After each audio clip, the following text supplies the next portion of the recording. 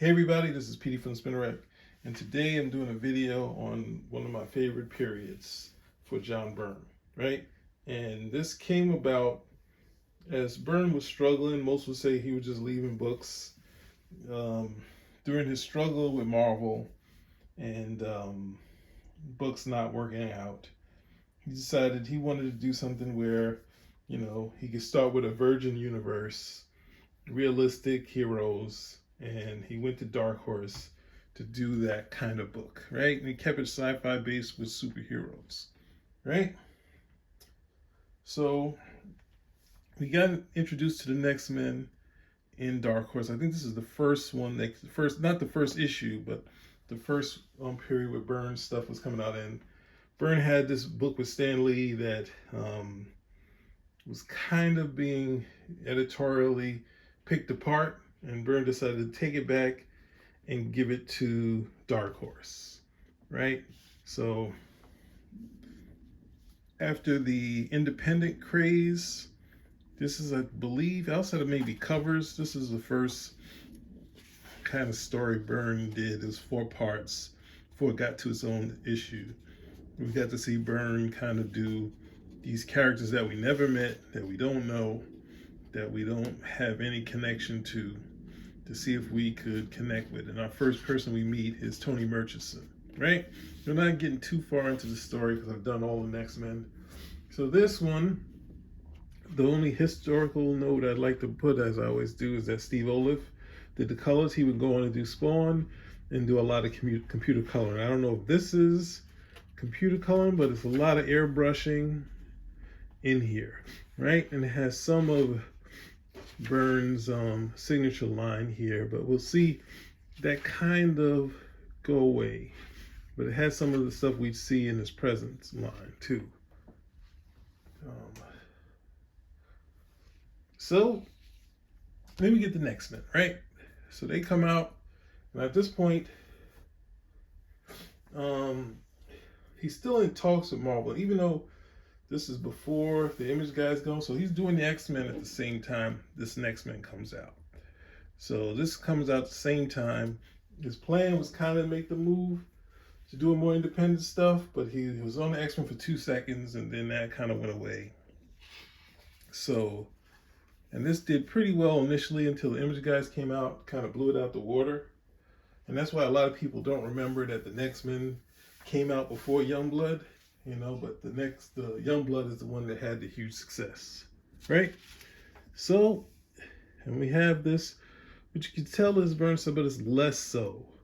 And that's where you get to the thing which I find interesting, is that Byrne kind of shed the style that we've seen in either the FF, that was just inking, or the Hulk, or I think, what other books did he ink?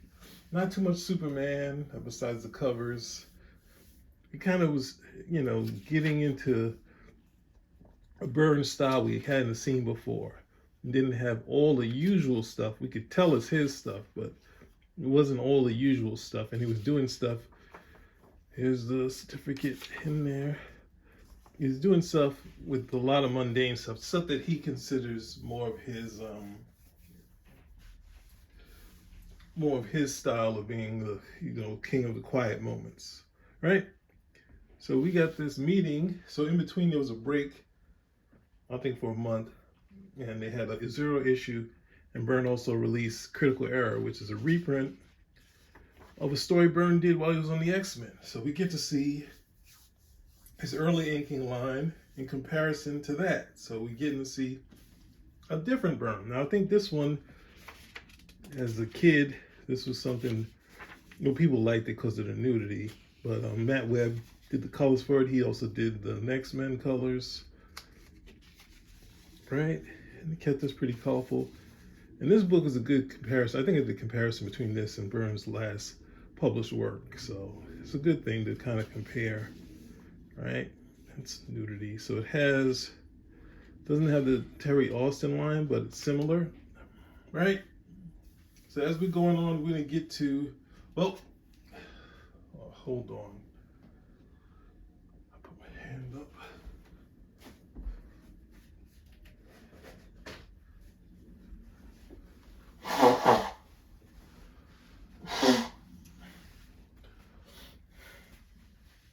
So at the same time, even though he was working at Dark Horse, we're gonna take a quick break. Something I've shown you before. He was working with Marvel overseas, so he got to do this portfolio of the X-Men, right? So this was him, even though it looks like the corner box that he did with Terry Austin, but this is the closest he got to trying to do it like Terry Austin. And I'm just going to show you these plates quickly to give you what the period was like. So he's kind of giving you kind of what was similar to what was going on during the X-Men. It's not the same, but it's close, right? We got Colossus, right? The Kitty before that, Storm. Now Storm has lost maybe 10 pounds here. Nightcrawler possibly 5. Then when he was drawing it back then, but Colossus is back how they were kind of forcing him to kind of do Colossus, was kind of a bulky type of classic hero, right? And you can see it here too. You know, we get a classic shot of Jean, and this Cyclops is pretty built here, but I think when he did the Phoenix the Untold story, he slimmed down Cyclops a whole lot to get to the slim. And then this, if you like the shot he did with Terry, he made it way dirtier. This is amazing. So it was like, this guy should go back to the X-Men. So seeing the contrast, so I'm getting used to the X-Men inking, but then in contrast to this, I was just like, good Lord, this is this is amazing, right? So this is way grittier than the one he did in X-Men 132, which I bought as a back issue, like the first back issue I bought. I think I had my mother bought outside of something when I was a toddler. Right, so there's that. So he was still in talks with Marvel. At the same time, there's a whole big hoopla over Image and whatnot. So, and him kind of talking about that. So at the same time, this new Byrne is also doing with his friends at Elfquest. They had new blood. This is bringing in other talent. So Byrne, this isn't Byrne here, but he would do this story, which I saw online first. I hadn't seen this when it came out. Only story I don't have is the summer special, which Byrne inked. But this is possibly one of the best stories that he did. The inking is amazing. The colors by Patty Cockrum was great. And this is a gorgeous book. Like, this is like one of the best things. Well, there's a couple things that are one of my favorites. The X-Men goes through many different inking stages. With this is a flawless job. The story is great. Everything is good about this thing.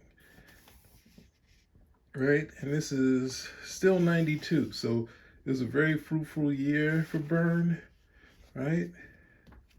So we got that. That was a short story, and still, I think we're still in 92.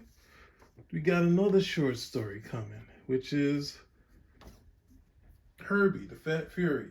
Now, when I saw this, I was like, at the kind of like a "what are you doing" thing, but at the same time, sorry guys.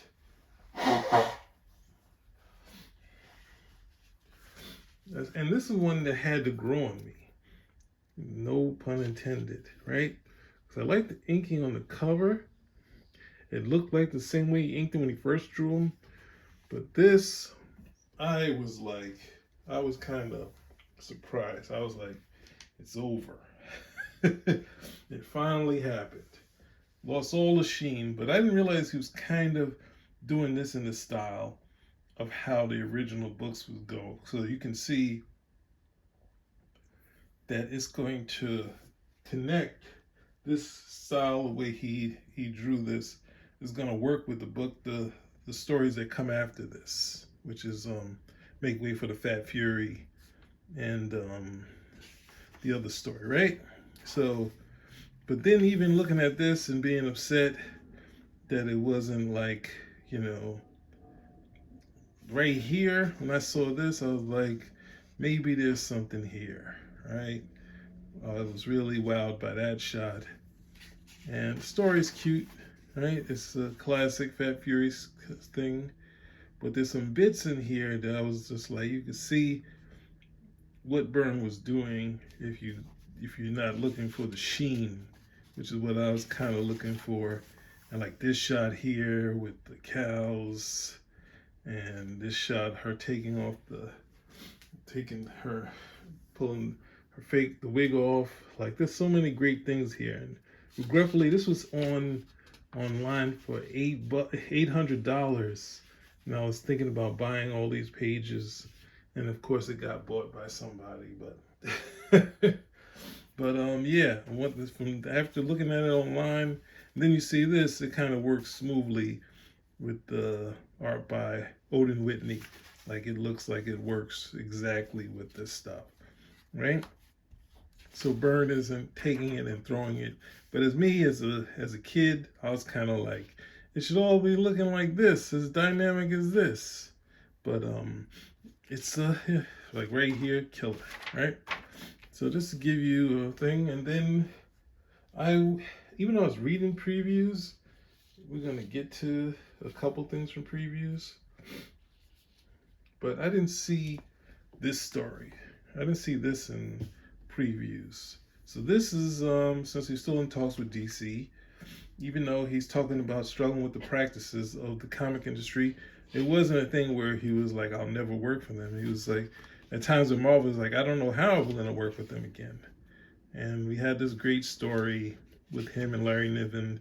Larry Niven came up with the story, and Byrne adapted it to a comic book, right? So we're having sci-fi writers redo the DC origins, and Larry Niven was the only one story that got off the ground, and Matt Webb's still doing colors with him. So this one was a great surprise, and Ganthet kind of lasted past the death of OA, of the Green Lanterns in OA. So at this point, Byrne had gotten 2 covers of previews. So he had the Next Men cover, which I have somewhere here. They have this cover with Danger Unlimited. So the Image thing has happened. So now the other creators are grouping up to do work together. So Bravura kind of came first, and Legend came after that. There were going to be a group of all of them, which was Dinosaur, but that didn't work out. And then Frank Miller and called up Byrne and said, let's just make ourselves the bosses. And so in previews, they talk about this, but early on, they talk about, which is, I just said, one of my favorite stories, Earth Angel, right? So Earth Angel was serialized and in previews, as I just showed you. And this is possibly one of the only other Aliens tales that's not the regular Aliens tale, where the first one was about the space truckers with an alien on board. Everything else has been mercenaries. There's been mercenaries and mercenaries and mercenaries. This is one of the few, even though it's a B movie, is something that's outside of the norm, and it was, well, at this time it was my favorite thing Byrne did. You know, I did a thing for school, and I kind of used some of the panels in the video and whatnot. I really liked it. So this is, I said the Elfquest thing is, but this one is definitely one of the best things. So it's like, so at that point, I was going from being, I don't know why this one just kind of worked for me, but it was just being from extra crabby to being totally sold. And then, of course, I was sold on Danger Unlimited. It's everything that would work for me, but it's a twofold thing, right? So we just saw that style. This had dual shade, you know, Some interesting color choices here. A lot of tech stuff. And it has, like, yeah, this stuff was like, it was like, you know, it was giving the people what they wanted. But at the same time, it wasn't what the comic stores wanted. So it sold out, but the orders were low. So it didn't happen. So many people asked what happened to this, but the orders were low, even though it sold out. The orders went up, I think, to, what was it? But at this time in '94, you could see the cracks in the sales. All right. Now, Byrne was friends with Mike Mignola, so he also got the script Hellboy. He did the first 4 issues. He, you know, had joked about working on it, that, you know, Mignola didn't, you know, Mignola was a little, seemed to be afraid to put the words into people's mouths. He said he would tell Mignola, said, you could, these copious notes you left me, you could put that into the dialogue balloon. And then he said in there that Mignola's a nut. He said he's gonna probably realize after 4 issues that he doesn't need a writer on it. And in this thing, Mignola had a story, and Byrne didn't edit his story at all. All he did was write dialogue. Mignola, I think, kind of trimmed some of the captions, but we have Dan Byrne, who talks about working on this, and Howard Chaykin edited the hell out of this. So, so just to show you, when Byrne was working on someone else's property, he kind of let it go. And then at some point, DC still considered him a fan favorite. So they say fan favorite. John Byrne did a gatefold cover. Now this is a tough one for you to see, but it's like this. He did a series of covers for Milestone, and he did it almost like if Dennis Cohen, who is the artist of what's that thing? Milestone, one of the head artists. It was almost as if he inked this stuff. But it was Byrne doing it all himself, and this stuff is gorgeous, right? So you can see in this book, the whole book has some Byrne stuff, covers put in here as ads. And I think at the end, but I think the Static one, the Static Shock one, is one of the best too, but that one, you can't really beat that cover here. I'm gonna get the poster at some point, right? At the same time, still talking with DC. So another DC project came out, something he thought he'd never get to do, which would be a Superman, like a imaginary story. So Elseworlds came around. So they said you could do a Elseworld annual. And this one is just pure story. Like, he has this a period piece and introduce Superman's grandfather, and he lands in England, and that leads to the world being backwards and held back because the revolutionaries that went to America get stopped, right? And Clark Kent is the only one who's known as, I guess he's just known as Cal here, still has the heart of Superman here, but he has no powers, right? So at the same time, with Danger Unlimited having low numbers, Byrne went on to do a different project, which was called Babe, and I think this one would be really nice for animation. It's the first story is a mystery. I could give it all away, but this goes into even more. This is like a real LA, San Francisco type of area of homes and home decor with the real space stuff. I did this before, but you know, and maybe I should go through the next one, show you some other things in that. But Excuse me.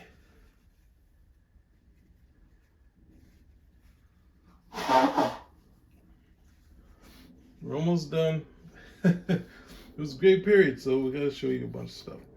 Then in Hero magazine, the prototypes were back up in Babe, got their own story.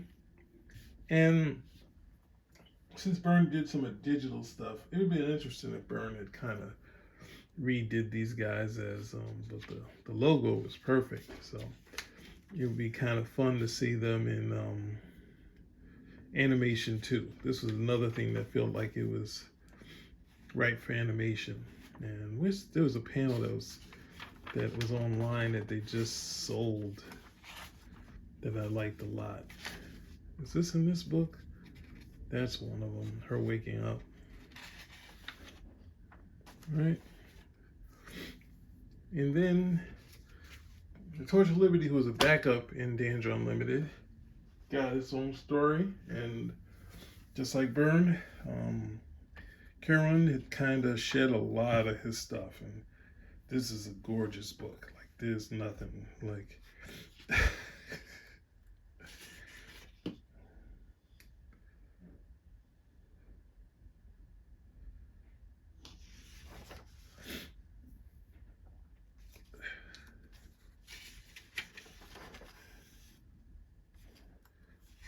I think Byrne changed his lettering. Did it with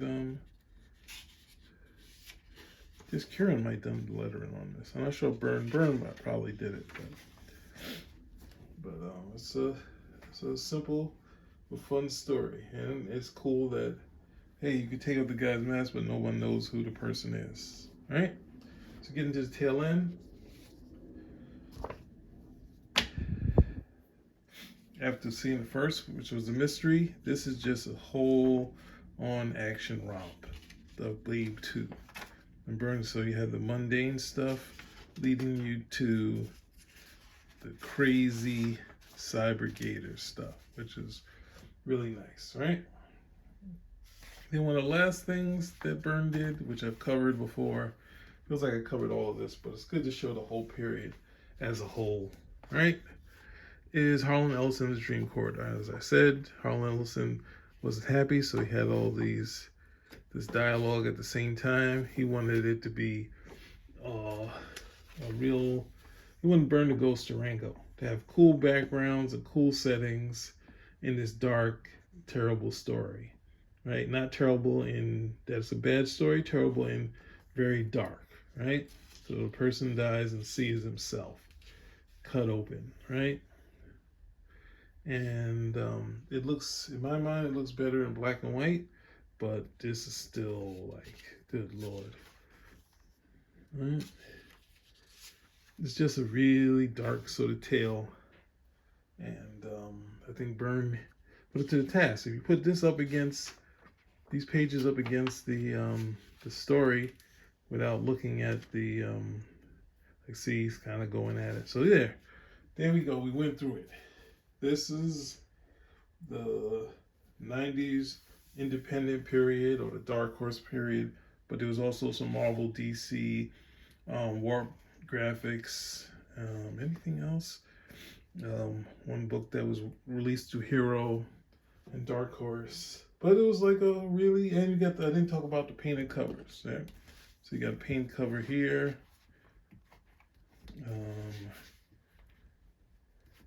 That's another one. Byrne had painted covers with Gary Cody.